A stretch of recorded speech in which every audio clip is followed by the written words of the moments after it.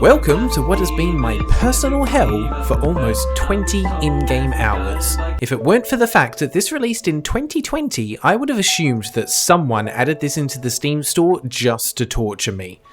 I consider myself more than competent when it comes to platforming games. I grew up on the Mario series, I loved Mirror's Edge, as janky as it was, and I've beaten the One Life mode for Ori and the Blind Forest, something that only 1% of players have achieved.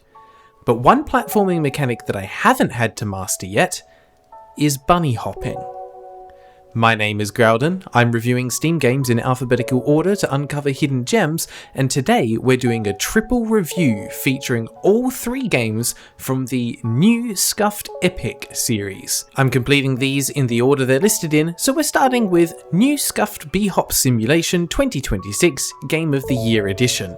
Let's dive in. Before we get into the actual game itself, let's quickly discuss what the heck a bunny hop or BHOP is. In a nutshell, it's a movement technique that is popular in many first-person shooter games such as Counter-Strike. These games feature a quirk in their movement system where moving diagonally in the air allows you to move at a higher velocity than when on the ground. So by chaining together a series of jumps combined with diagonal movement and camera movement in the same direction, you're able to move much faster and jump much further than you could normally. If you want to check out this technique in greater detail, I've included a link in the description to a video that explains the concept really well. So, what happens if you take this idea and then build a platforming game around it? Well, you get New Scuffed BHOP Simulation 2026 Game of the Year Edition, or BHOP 2026 Edition as we'll be calling it. With a name like that, there was a slim chance that it would be the type of game that took itself seriously, and upon launching the game, this is what you're greeted with.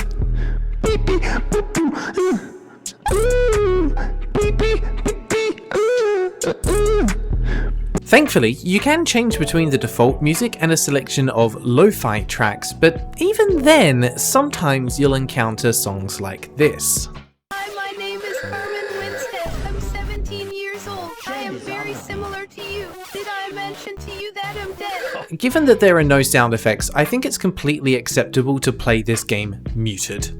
In fact, it's probably recommended. Now, on that note, let's talk about the gameplay. There are a few modes available, but we're going to be focusing on the campaign and single player modes. The single player mode has a selection of 25 maps of varying difficulty and mechanics to play through. Some maps are made by the developers, and in a nice touch, some of the maps are from players. The downside to this is that the quality and difficulty varies greatly. You've got a tutorial level that introduces the mechanics in a fairly safe space, and then the very next level ramps the difficulty so far up that it's impossible to beat until you've got a firm grasp of the mechanics. Given that I've never experienced bunny hopping until now, I think it's understandable that I wasn't able to beat this level at the time, so I explored a few other levels to get a feel for the mechanics and then jumped into the campaign mode. Strap yourselves in because this one takes you for a ride. To summarize the quote-unquote story, you play as Scuffed Bean. As the story unfolds, you'll escape a space station, hijack a train, travel to 2 different cities, use a grappling gun, fend off an invasion of sentient triangles, escape from hell, and meet both Obama and Keanu Reeves. All that is to say that the plot is completely senseless and only exists to provide an excuse for the player to move from one obstacle course to another. Some of these levels are surprisingly easy and others are brutally difficult for a BHOP novice like me. 3 of these levels were particularly difficult, those being the UK themed level with a 90-second time limit, the facility level that has some difficult jumps over lava that require precise timing and a good understanding of how to build up speed, and of course the final level that features 6 different jumping challenges that test your understanding of BHOP mechanics in order to unlock the final boss. These 3 levels took at least an hour each to complete, and there are 15 levels in the campaign. I think it's also worth mentioning that the tutorial level of the campaign also doesn't pull any punches. Once you're out of the initial space that you start in, you need to activate a switch to proceed to the next room. Getting up to the first ledge is simple enough, but the next section involves an around-the-wall jump that will likely be a major roadblock to anyone starting this type of game for the first time. Make it past this and you'll encounter a section that requires speed, cornering, and precision to navigate.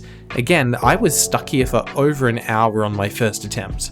Thankfully, the second level only took around 10 minutes to beat, because after finishing it, the game bugged out and instead of taking me to level 3, took me back to the start of level 2. Level 3 didn't even show as unlocked in the level list. I did try beating it again, but still nothing. So instead I opted to move on to the remaining single player levels and worked my way through them, beating as many as possible. And I will confess, I didn't beat every single level. My goal is to finish the game, and when every level is already unlocked and there are no scores to beat, then this is really just optional content. Still, I completed the majority of the levels, but again the game bugged and refused to display my times in the level select menu. At this point, I was about to move on to the next game and decided to check the campaign mode one last time, and surprisingly it had fixed itself and I was able to move on to the third level. I actually felt disappointed to a degree, as I think I was secretly hoping that the game was broken and I wouldn't have to endure any more torture. After progressing through several more levels, spending hours trying to complete the aforementioned UK level and finally reaching the facility level, I reached a roadblock. After hundreds of attempts, I realised I couldn't beat the level.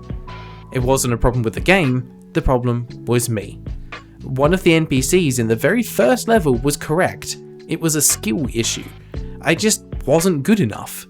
Disheartened but not defeated, I decided to pause my progress on this game for now and continue to improve my skills by playing the next game on my list, which is this game's predecessor, new Scuffed Epic BHOP Simulator 2023 PogChamp, or BHOP 2023 edition as we'll call it. Now, fun fact, the devs entered the name wrong for this game, and while the store listing has it as Scuffed Epic, the listing in the library is Epic Scuffed. As the first game in the BHOP simulation series, it is, as you might expect, less refined and expansive than its sequel.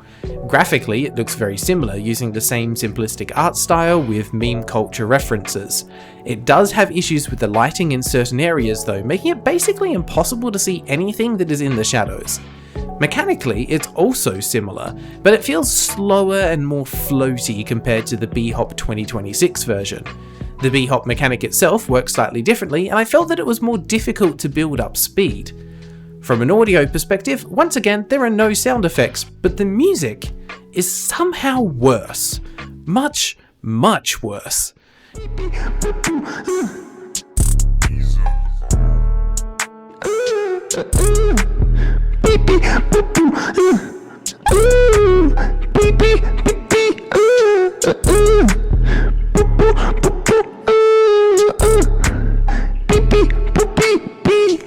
In the 2026 version, you had the choice between the meme song and some usually pleasant instrumental tracks. The 2023 version only has the meme song, in a variety of different genres.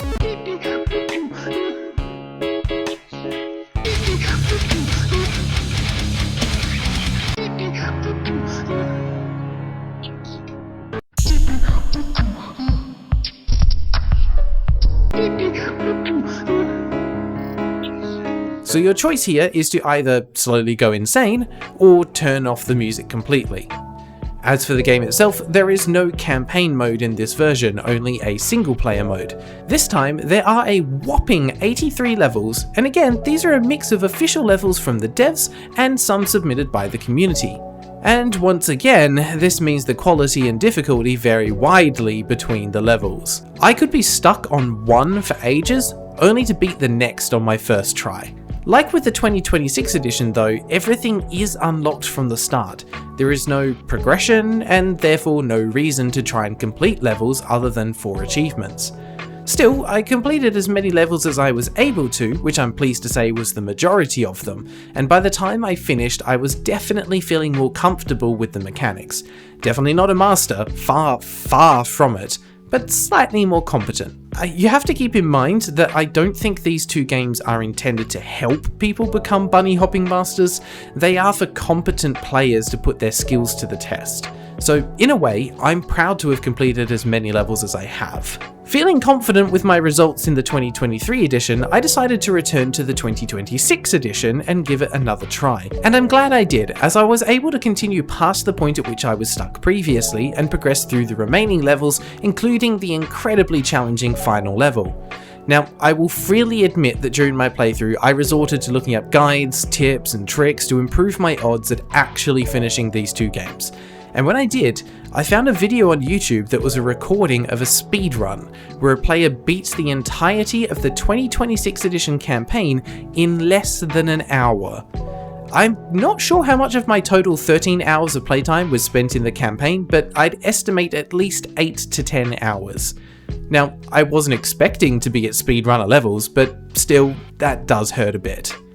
But then I realised something. The player performing the speedrun is the creator of the game. And that makes me feel significantly less bad. Of course he'd be able to speedrun it. He created and knows how every obstacle and every level was designed to be beaten and where the shortcuts are. And the fact that he made several mistakes and bad jumps made me feel somewhat better about my own capabilities. So, having beaten the game, the question I had on my mind was, have I improved compared to when I started?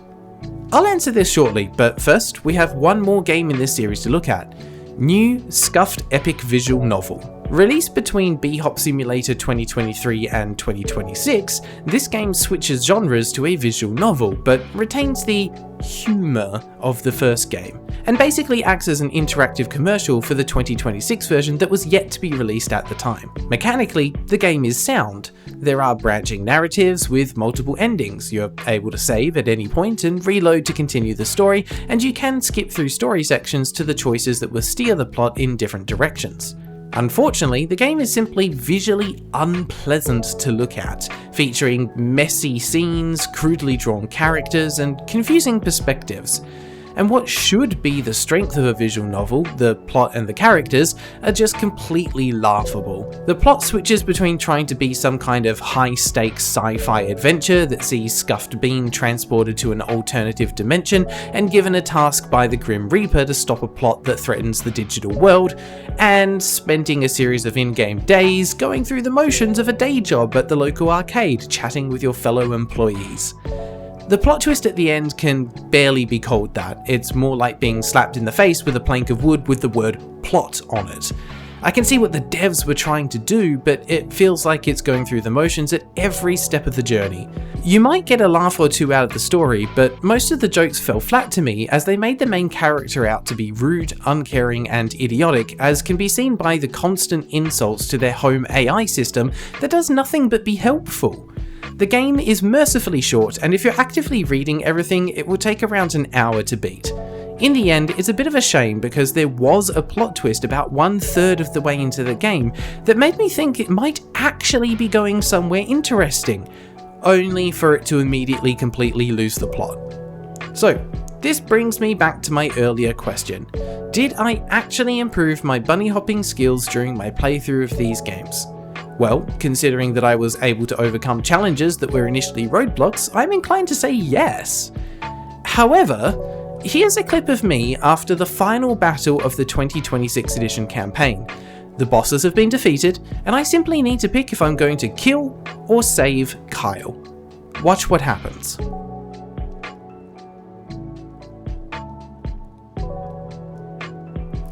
So yeah, you decide if I improved or not.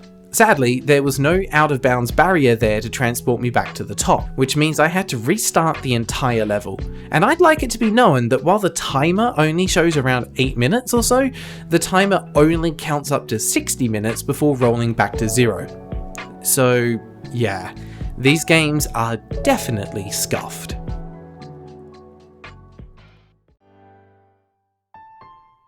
There are games that are for niche genres, and then there are games that are for niche audiences. These three games somehow fall into both categories, and yet they saw moderate success on Steam. The 2026 edition has over 200 reviews and a very positive rating. The 2023 edition has over 5,000 reviews and also has a very positive rating. And the visual novel has 44 reviews with a positive rating. I think a lot of this boils down to two things. Firstly, the games are mechanically sound. If you're a competitive FPS player, you'll likely feel at home and have a great time bunny hopping around the stages. And secondly, all three of the games are free. And it's easy to be much more forgiving of things when they are free. So, here are my final ratings for all three games. First up is new Scuffed BHOP Simulation 2026 Game of the Year Edition. I give this game a Scuffed Keanu Reeves out of 10. It's rough around the edges and best played with the sound off. Next, I give Scuffed Epic BHOP Simulator 2023 Pog Champ a out of 10. Not worth your time, play the 2026 edition instead. And last, and certainly least, I give new Scuffed Epic Visual Novel Getting Caught Shoplifting a Tin of Baked Beans out of 10. Thanks for watching. I hope you enjoyed this 3-in-1 review. If you're enjoying this series, why not help out by liking the video? And while you're there, make sure to subscribe if you want to see more of this weird gaming journey that I'm on. If you've already done both, then hey, you're awesome.